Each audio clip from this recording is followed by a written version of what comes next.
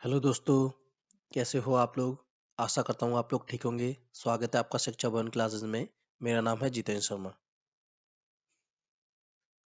कल हम फ्यूचर के बारे में पढ़ चुके थे। फ्यूचर में हम क्या पढ़ चुके थे? अफर्मेटिव और निगेटिव। ठीक है, अब हम इंटेरोगेटिव और इंटेरोगेटिव निगेटिव हम पढ़ेंगे इसमें।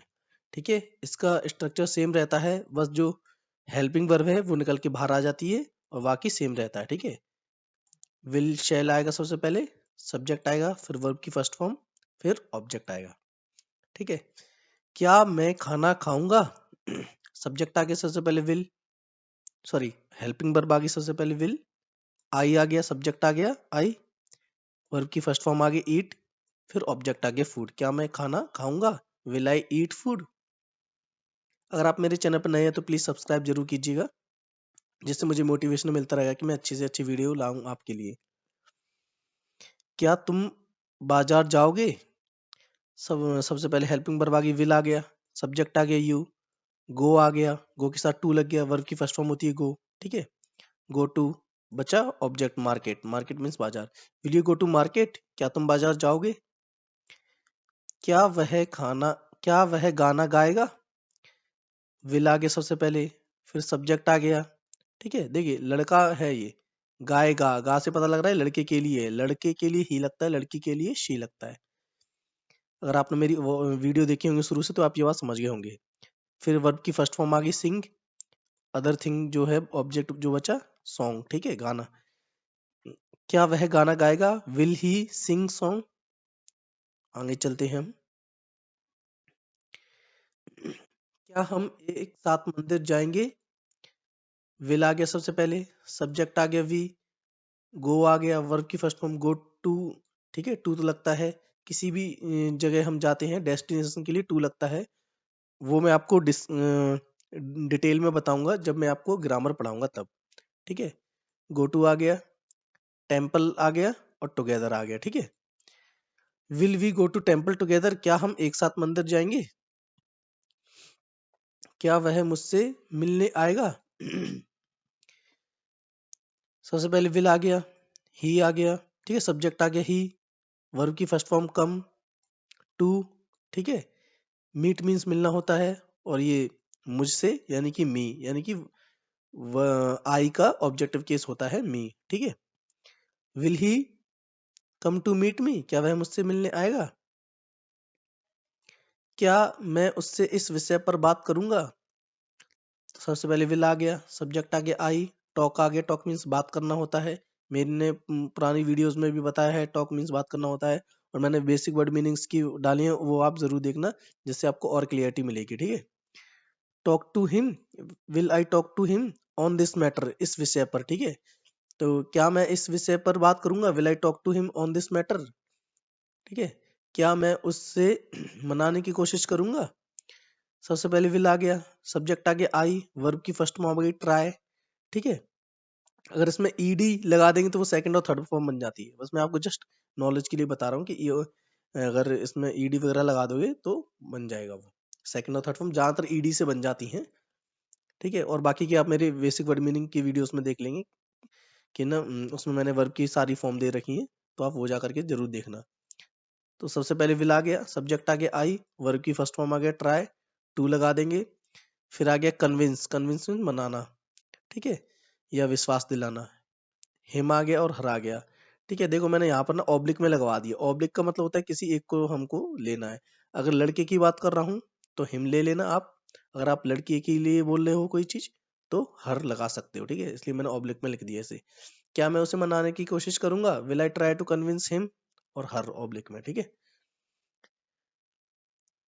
अब हम इंटेरोगेटिव निगेटिव में आते हैं। ठीक है, इसमें क्या होता है, इंटेरोगेटिव में क्या होता था, प्रश्न पूछते थे। ठीक है, प्रश्नवाचक बनते थे। यहाँ पर प्रश्नवाचक के साथ नकारात्मक भी होता है। ठीक है, तो स्ट्रक्चर वही रहेगा, बस सब्जेक्ट के बाद नॉट आ जाएगा। ठीक है, सबसे पहले विल शैल आएगा, फिर सब्जेक्ट आएगा, फिर नॉट आ जाएगा, वर्ब की फर्स्ट फॉर्म और ऑब्जेक्ट। ये हमारा स्ट्रक्चर है।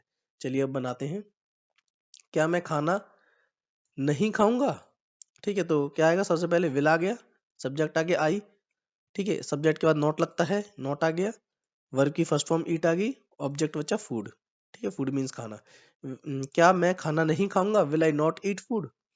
क्या तुम बाजार नहीं जाओगे, तो सबसे पहले विल आ गया, सब्जेक्ट आ गया यू, उसके बाद नॉट आ गया।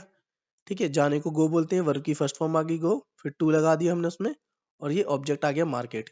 Will you not go to market, क्या तुम बाजार नहीं जाओगे, will you not go to market.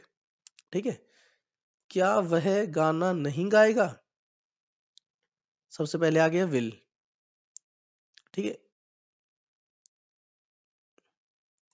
Sorry, सबसे पहले आ गया विल। ठीक है, फिर ही आ गया, सब्जेक्ट आ गया, फिर नॉट आ गया, उसके बाद फिर सिंग आ गया, फिर सॉन्ग आ गया। ठीक है, सब्जेक्ट आ गया, सबसे पहले विल आ गया। ठीक है, स्ट्रक्चर में देखिए आप, ये स्ट्रक्चर है, इसमें आप इसके अकॉर्डिंग देखिए, विल आ गया, सब्जेक्ट आ गया ही, सब्जेक्ट ये है। ठीक है, फिर सब्जेक्ट का नॉट आ जाता है, फिर वर्ब की फर्स्ट फॉर्म सिंग आ गई, और गाने को हम सॉन्ग बोलते हैं। ठीक है, गाना ये मुंह से गाने वाले को सिंग बोलते हैं।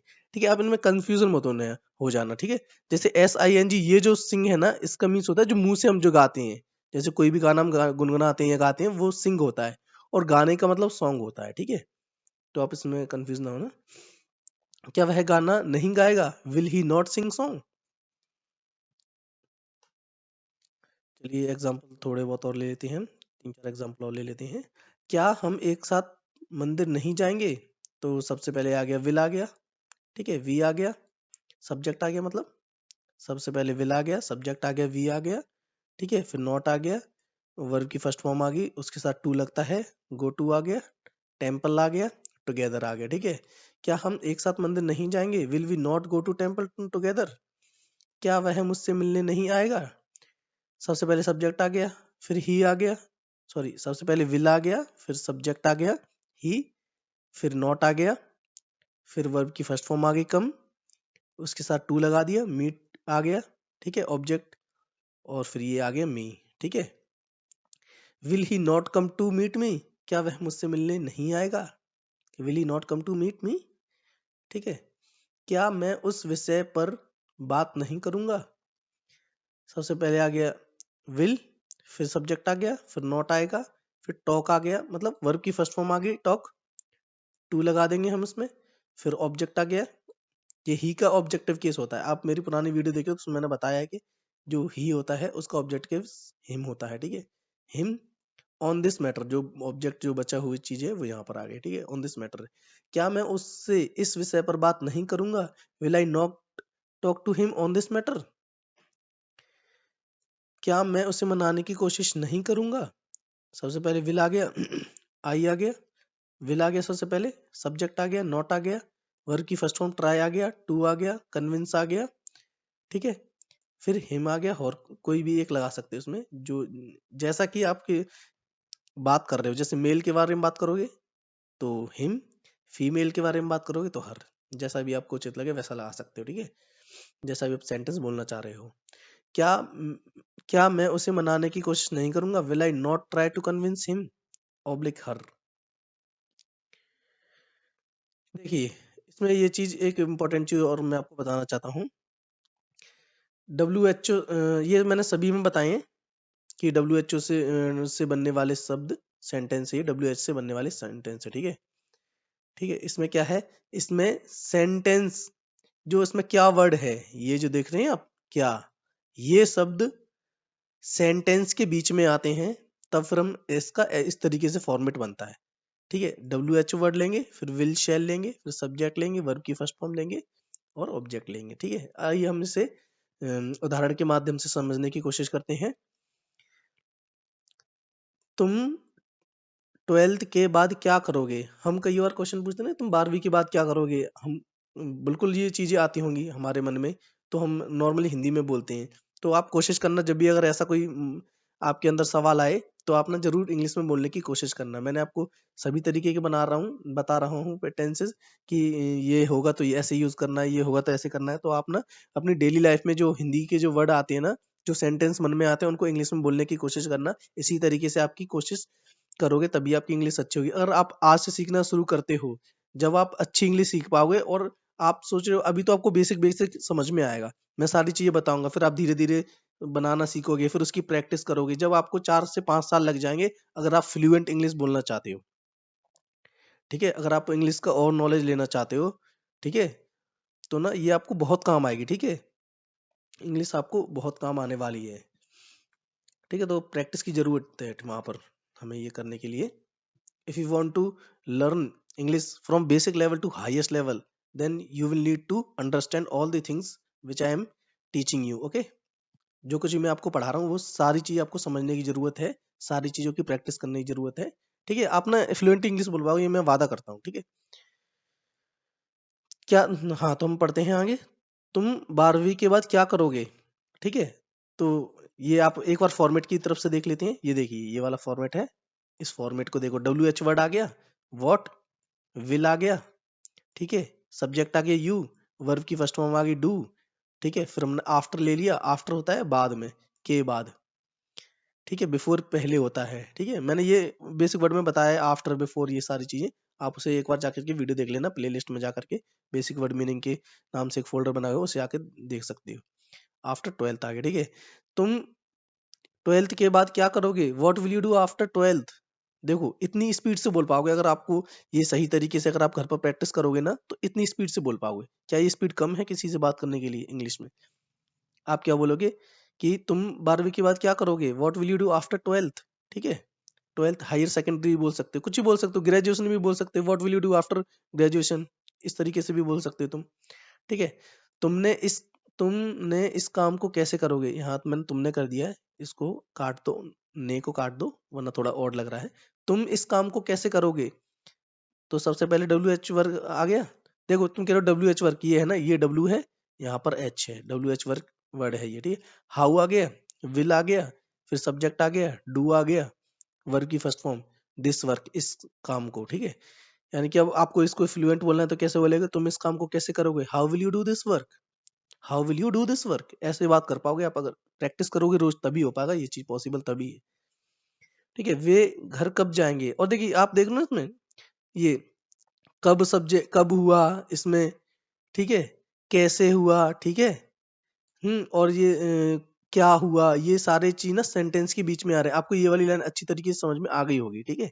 कि इसमें ये सेंटेंस बात का मतलब क्या है, कि इसमें क्या शब्द सेंटेंस के बीच में है। देखिए, ये क्या बीच में आ रहा है, यहाँ पर कैसे बीच में आ रहा है, यहाँ पर कब बीच में आ रहा है, तब WHO का यूज होता है, ठीक है? यहाँ देखिए कहाँ ये पूरे सेंटेंस के बीच में आ रहा है ना?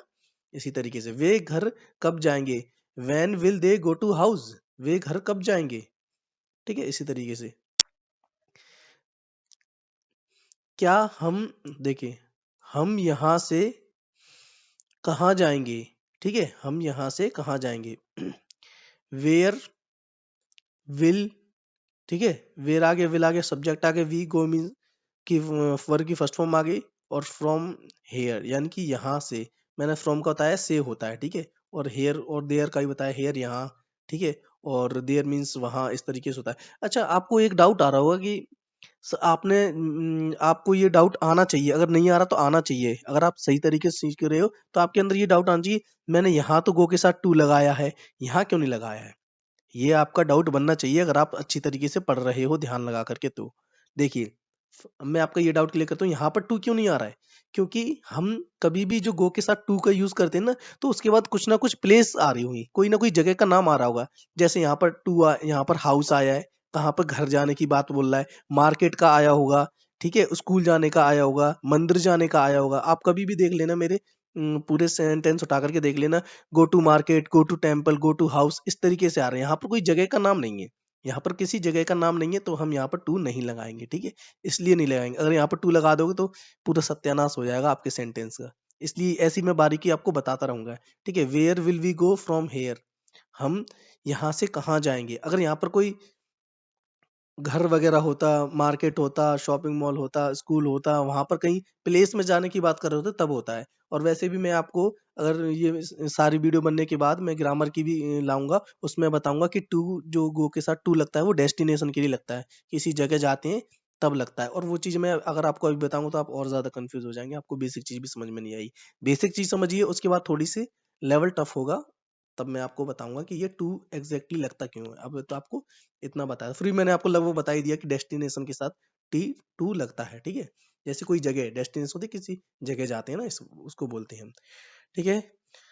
आई होप मैंने ये आपको वीडियो समझाई है, आपको बहुत अच्छी तरीके से समझाने की कोशिश की है, आपको समझ में भी आई होगी। अगर ये आपको मेरा वीडियो पसंद आया है तो प्लीज लाइक कीजिए, कमेंट कीजिए, आपको क्या अच्छा लगा वो भी कमेंट कीजिए, डाउट हो तो कमेंट कीजिए, मैं आपको रिप्लाई करूंगा। और ज्यादा से ज्यादा शेयर कीजिए, आपके जानने वाले जो भी हैं उनको भी शेयर कीजिए। अगर आप शेयर करोगे तो मुझे भी मोटिवेशन मिलेगा नई नई वीडियो बनाने का और अच्छी तरीके से समझाने का। मैं आपको बेसिक लेवल से लेकर हाईएस्ट लेवल तक समझाऊंगा। ये तो अभी टेंस चल रहे हैं, उसके बाद मॉडल्स आएंगे, उसके बाद एक्टिव एंड पैसिव आएंगे, उसके बाद मैं ग्रामर बताऊंगा। अगर आपको और बारीकी से सीखना है तो मैं ग्रामर भी समझाऊंगा कि कैसे क्या होता है। और वो जो तुम्हारी ग्रामर है वो, अगर आप 12th के स्टूडेंट हो 12th के बाद से, तो वो हब कंपटीशन में भी यूज होती है। ठीक है, जैसे आप एसआई वगैरह का एग्जाम देना चाहते हो, उसकी प्रिपरेशन करना चाहते हो, तो उसमें भी बहुत अच्छी तरीके से उसमें सही तरीके से आती है इंग्लिश। तो मैं सारी चीज बताऊंगा, नाउन, प्रोनाउन, एडजेक्टिव, एडवर्ब, ठीक है, ये सारी चीजें बताऊंगा। डायरेक्ट स्पीच, इनडायरेक्ट स्पीच, इस तरीके से सारी चीजें बताऊंगा। अगर आप मेरे चैनल पर नए हैं तो प्लीज सब्सक्राइब कीजिए, और सब्सक्राइब के बाद में नोटिफिकेशन का बेल का आइकन होगा, उसको प्रेस कीजिए, जिससे मैं जो भी वीडियो अपनी आने वाली वीडियो को अपलोड करूंगा तो उसका नोटिफिकेशन आपको मिल जाएगा। Thanks for watching and wait for my next video. Have a nice day.